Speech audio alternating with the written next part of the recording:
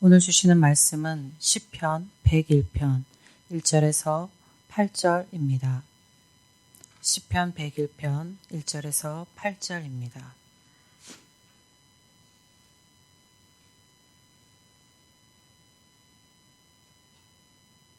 내가 인자와 정의를 노래하겠나이다. 여호와여, 내가 주께 찬양하리이다.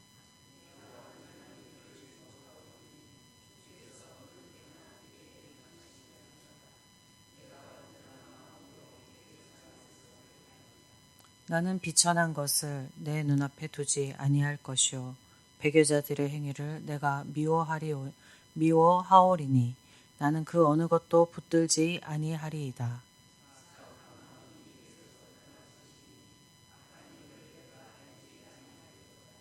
자기의 이웃을 은근히 헐뜯는 자를 내가 멸할 것이요 눈이 높고 마음이 교만한 자를 내가 용납하지 아니하리로다.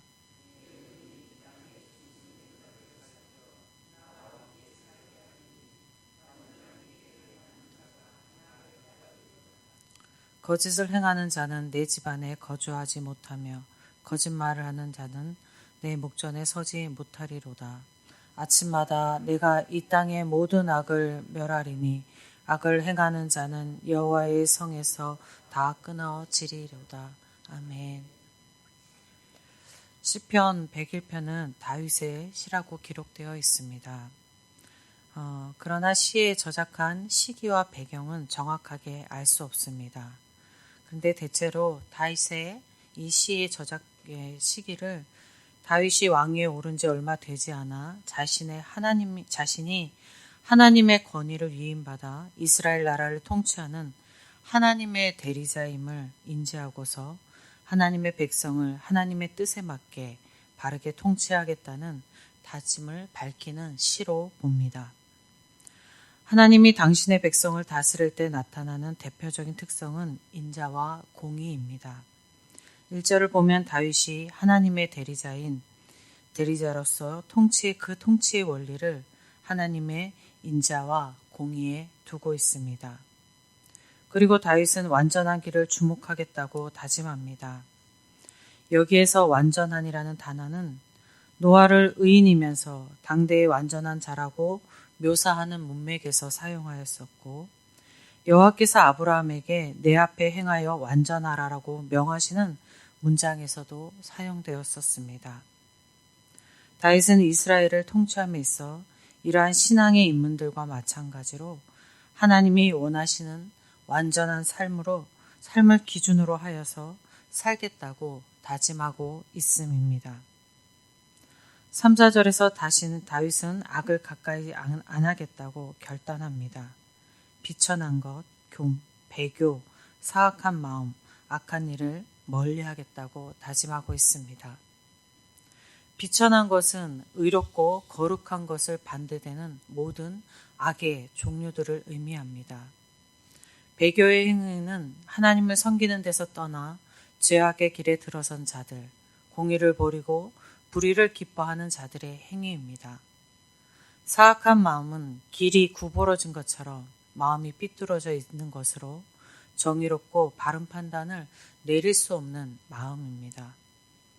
또 악한 일을 내가 알지 않겠다라고 다윗이 이야기하고 있는 건데 이것은 악한 일이나 악한 자와는 어떤 형태로든 절대 관계하지 않겠다는 것입니다. 다윗이 이 모든 악을 눈앞에 두지 않겠다고 한 것은 그냥 멀리하겠다라는 수준이 아니라 아예 가까이지 않겠다는 것으로 마음으로 동경하지 않고 삶으로 본받지 않겠다는 결단입니다.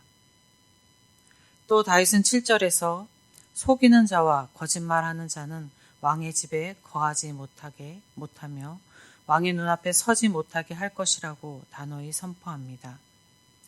그리고 8절에서는 아침마다 모든 악을 멀리하리라고 하였습니다.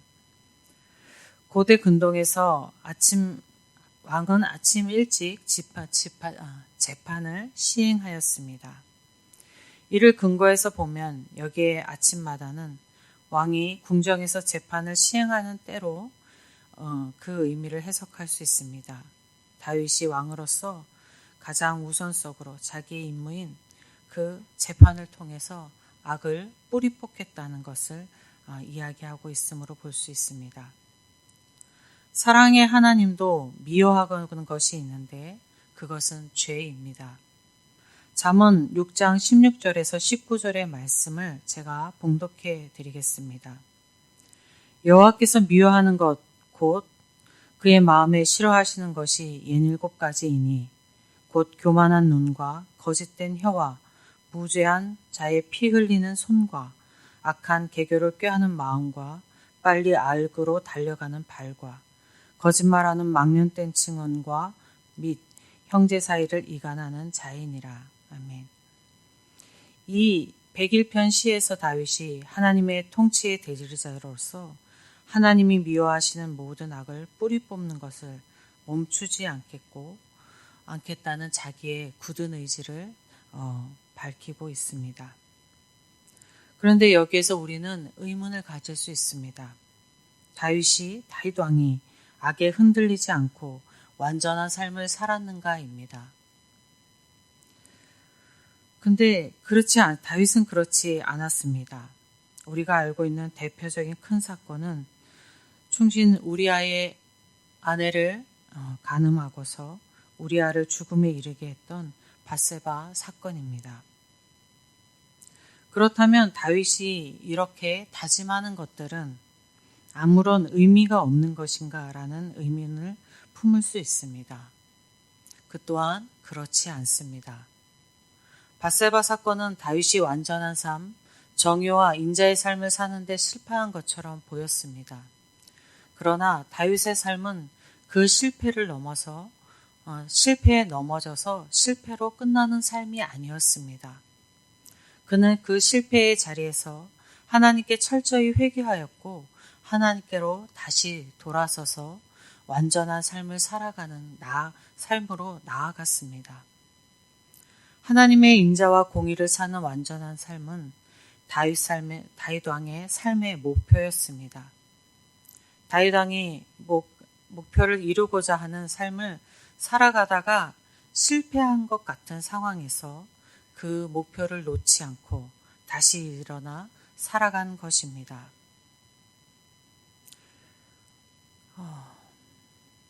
그럼 다윗 왕이 이 완전한 삶을 지속해서 살아갈 수 있던 비결이 무엇인가라고 또 생각해 볼 수 있는데 그것을 2절에서 찾을 수 있습니다. 주께서 어느 때나 내게 임하겠나이까. 다윗은 하나님이 자기와 임하여서 함께 살아가고 있는 것을 알았습니다. 밧세바 사건에서도 내게서 성신을 거두지 말라고 기도하였던 것에서 알 수 있습니다. 하나님께서 다윗과 함께 사셨으므로 다윗 왕이 완전한 삶을 목표하여서 계속하여 살아갈 수 있었던 것입니다. 8절에서 여호와의 성을 두 가지의 의미로 해석할 수 있습니다. 하나는 예루살렘 성전을 세우고의 하심으로 당신을 섬기는 중심 도시로 선택하셨던 예루살렘을 의미할 수도 있고 또 다른 하나는 여호와께서 통치하시는 모든 영역을 포괄한다라고 할 수 있습니다. 구원 얻은 성도는 하나님의 통치의 영역 안에 살고 있습니다. 하나님의 성 안에 살고 있음입니다. 여러분과 저는 하나님의 성 안에 살고 있는 성도들입니다. 하나님의 통치의 영역 안에 살아가는 성도의 삶의 목표는 하나님이 원하시는 완전한 삶, 인자와 긍휼의 삶이어야 합니다. 성도가 삶의 목표를 완전한 삶에 두고 살아가면 성령께서 그 삶을 이루어 가실 것입니다. 여러분의 삶의 목표가 하나님의 완전한 삶이기를 축복합니다. 때로는 실패의 자리를 경험하더라도 다시금 일어서서 하나님께로 돌아서 다시 완전한 삶을 목표로 하여 살아가시는 여러분이 되시기를 축복합니다. 그리고 성령께서 그 삶을 이루어 가시기를 간절히 소망하며 주님의 이름으로 축복드립니다. 아버지 하나님 감사합니다. 오늘도 저희를 부르시고 하나님 앞에 온전한 삶, 완전한 삶을 목표하여 살아가는 방향으로 나아갈 수 있게 하시니 감사합니다. 부족한 저희를 하나님 앞에 가리지 않고 그대로 고백하며 내어놓습니다. 어쩌다 한번 넘어지겠습니까? 매일의 삶 가운데 우리의 심령이 넘어질 때가 얼마나 많이 있습니까? 분노하기도 하고 보복하고자 하기도 하고 두려움에 떨기도 하고 나의 이기적인 마음으로 죄를 품을 때가 너무도 많습니다. 그럼에도 주여 하나님의 거룩한 성에 살아가는 우리가 우리 힘을 믿으며 아버지 하나님 다시금 하나님의 완전한 삶, 하나님이 원하시는 그 삶을 살아가기를 소망하며 저희가 나아갑니다. 성령께서 우리를 주장하셔서 우리가 하나님의 완전한 삶을 살아가는 저희가 되게 하여 주시옵소서. 하나님이 우리를 긍휼히 여기시고 아버지 하나님 그럼에도 우리를 정의롭게 이끌어 가심을 아버지 하나님 거기에 우리의 믿음을 두고 우리가 살아갑니다. 우리의 삶을 하나님 이끄시고 하나님의 온전한 뜻을 이루어드리는 저희 모두가 되게 하여 주시옵소서. 하나님의 크신 은혜 감사드리며 우리 주 예수 그리스도의 이름으로 기도드립니다. 아멘. 하늘에 계신 우리 아버지, 아버지의 이름을 거룩하게 하시며 아버지의 나라가 오게 하시며 아버지의 뜻이 하늘에서와 같이 땅에서도 이루어지게 하소서. 오늘 우리에게 일용할 양식을 주시고 우리가 우리에게 잘못한 사람을 용서하여 준 것 같이 우리 죄를 용서하여 주시고 우리를 시험에 빠지지 않게 하시고 악에서 구하소서.